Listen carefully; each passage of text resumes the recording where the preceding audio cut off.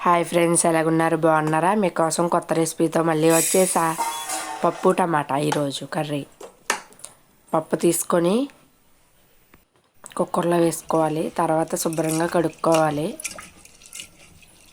నేను ఎందుకంటే కందిపప్పు పసుపు కలర్ది వాడను, గ్యాస్ట్రిక్ వస్తుంది.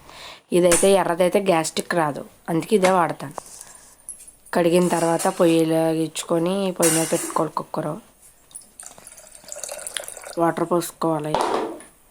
ఒక కప్పు కందిపప్పుకి 2 కప్పులు వాటర్ వేసుకోవాలి. తర్వాత ఉల్లిపాయలు, పచ్చిమిరకాయలు, టమాటాలు వేసుకోవాలి, ముందుగా తరిగి పెట్టుకున్నవి.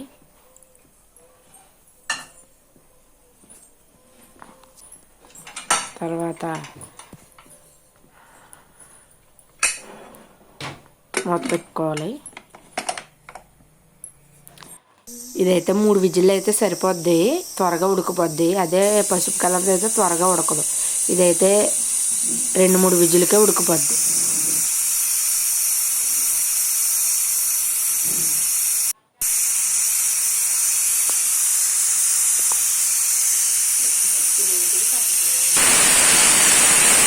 విజిల్స్ అయిపోతుంది.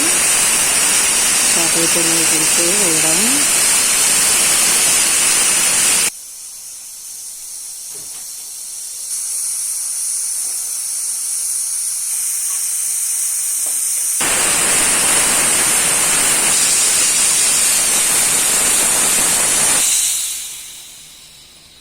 విజిల్స్ అయిపోయినాయి, తీసేసాం పప్పు మూత, కుక్కర్ మూత. పప్పు ఉడికిపోయింది చూడండి. 3 విజిల్కే ఎంత మెత్తగా అయిపోయిందో. ఈ పప్పు బాగా మెత్తగా అయిపోద్ది. ఉప్పు వేసుకోవాలి, కొంచెం పసుపు,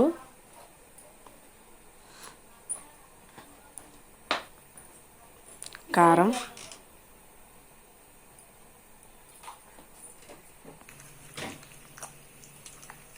ముందుగా నానబెట్టుకున్న చింతపండు, పులుపు వేసుకోవాలి.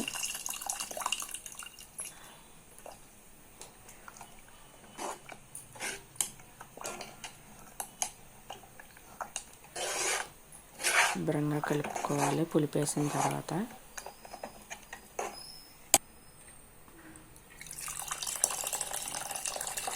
చింతపండు పులుపు వేసుకోవాలి. చిక్కగా ఉంది కదా పప్పు, అందుకే మళ్ళీ పులుపు వేస్తున్నాను.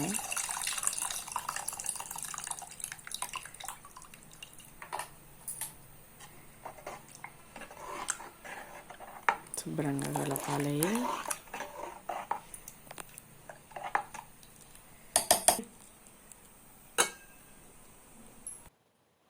మూత పెట్టాలి కొంచెం మరిగిన దాకా. తర్వాత పక్కన స్టవ్ వెలిగించుకొని తాలింపు పెట్టాలి. ప్యాన్ పెట్టి ఆయిల్ వేసుకోవాలి.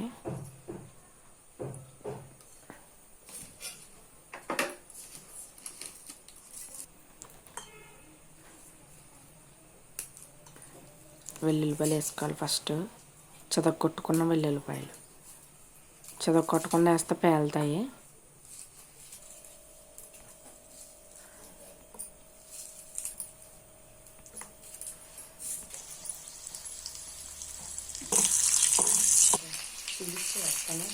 కలుపుకోవాలి.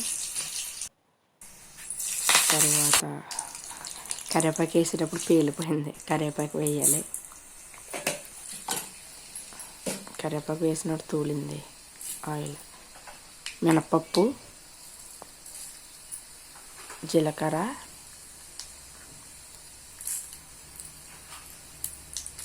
ధనియాలు,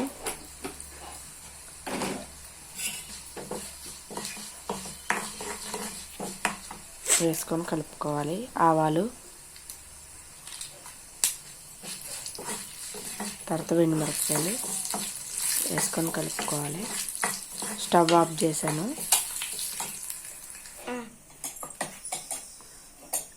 పక్కన పప్పు ఉడుకుతున్న పప్పు ఉంది కదా, పప్పు అయిపోయింది. ఇప్పుడు తాలింపు పెట్టుకోవాలి.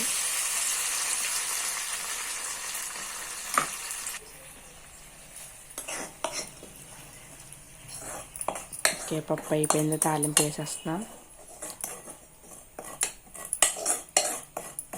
టేస్టీ టేస్టీ పప్పు టమాటా రెడీ అయిపోయింది. Okay friends, bye.